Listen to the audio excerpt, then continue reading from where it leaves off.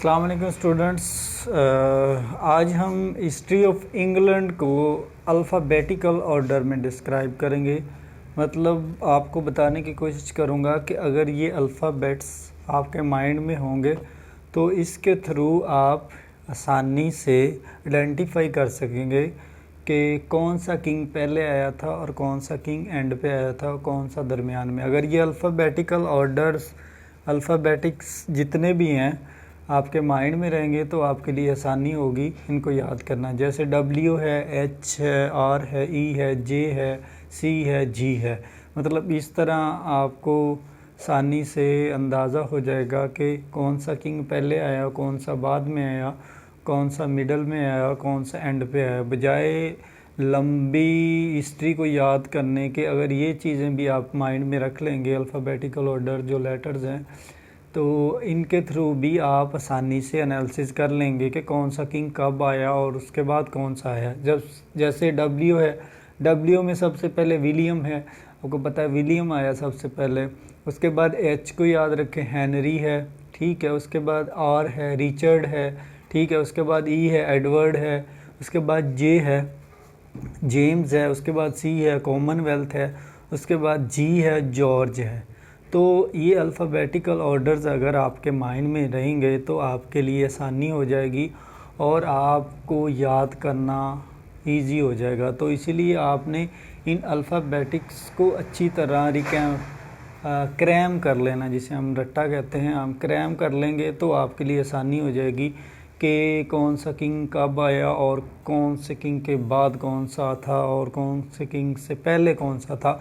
तो ये आसानी से एनालिसिस हो जाएगा। तो आपने शॉर्ट वे के लिए इस अल्फ़ाबेटिक्स को याद रख लेना है और जब ये आपके माइंड में होगा तो आपको पता चल जाएगा। फॉर एग्ज़ाम्पल अगर जॉर्ज है तो अगर इधर जॉर्ज आता है या किसी और सेंचुरी में आता है तो आप इजीली, अगर ये माइंड में होगा तो आप इजीली से आइडेंटिफाई कर लेंगे कि कौन से एज का था। ये एंड पे आ रहा है तो डेफिनेटली एंड वाली एज पे होगा।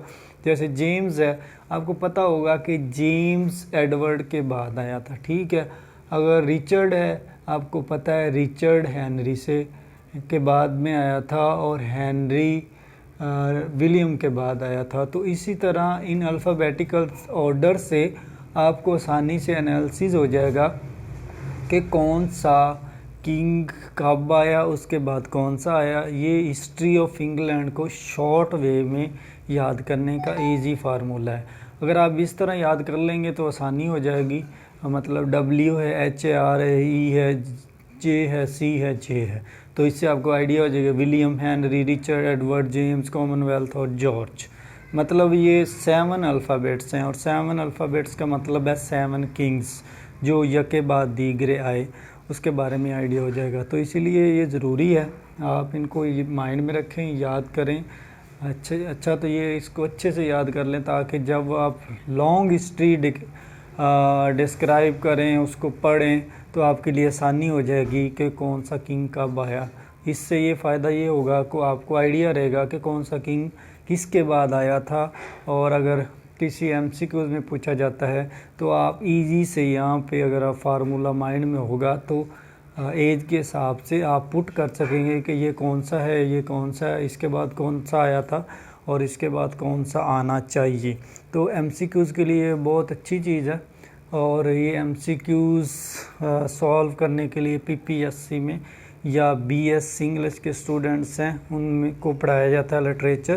तो सम टाइम लिटरेचर में से MCQs या शॉर्ट क्वेश्चन पूछे जाते हैं, तो इनके लिए ये बहुत ज़रूरी चीज़ है। तो इसीलिए जस्ट अगर ये अल्फ़ाबेटिक्स जो लेटर्स हैं इनको अल्फ़ाबेटिकल ऑर्डर्स मतलब सेम नहीं है, चेंज है, W H R E J C G। तो इस तरह अगर याद कर लेंगे, मतलब यही लेटर्स माइंड में रख लेंगे सीक्वेंस में, तो आपके लिए आसानी हो जाएगी और आपको डिस्क्राइब करना जो भी है वो आसान हो जाएगा। तो इसीलिए ज़रूरी है कि आप इसको याद करें और हिस्ट्री ऑफ इंग्लैंड को माइंड में रखें, जो कि नेक्स्ट लेक्चर्स में काम आ जाएगी। और इसी तरह मैं हर हिस्ट्री को डीपली ब्रीफली डिस्क्राइब करने की कोशिश करूँगा ताकि आपको हर हिस्ट्री हर एज के बारे में कंप्लीट एनालिसिस हो जाए और आप उसको आसानी से पीपीएससी एग्ज़ाम्स या अपनी फ्यूचर स्टडी के लिए यूज़ कर सकें। कॉलेज में, यूनिवर्सिटी में या किसी को टीच कर रहे हैं तो आपको आइडिया हो जाएगा इसके बारे में। तो उम्मीद करता हूँ आपको ये वीडियो अच्छी लगी होगी, और अगर अच्छी लगे तो शेयर ज़रूर कीजिएगा और चैनल सब्सक्राइब करना ना भूलिएगा। तो इसी तरह आपको नई वीडियोस, शॉर्ट ओवरव्यूज़ मिलती रहेंगी और इससे आपको फ़ायदा होता रहेगा, बजाय बहुत ज़्यादा टाइम वेस्ट करने के आपको इनके बारे में आइडिया मिलता रहेगा। तो थैंक यू फॉर वाचिंग। तो ज़रूर वीडियोस देखिएगा और जिस चीज़ की समझ ना आए कमेंट सेक्शन में ज़रूर बताइएगा, ताकि मैं आपको मज़ीद डीपली और अच्छे तरीके से बताने की कोशिश करूँगा।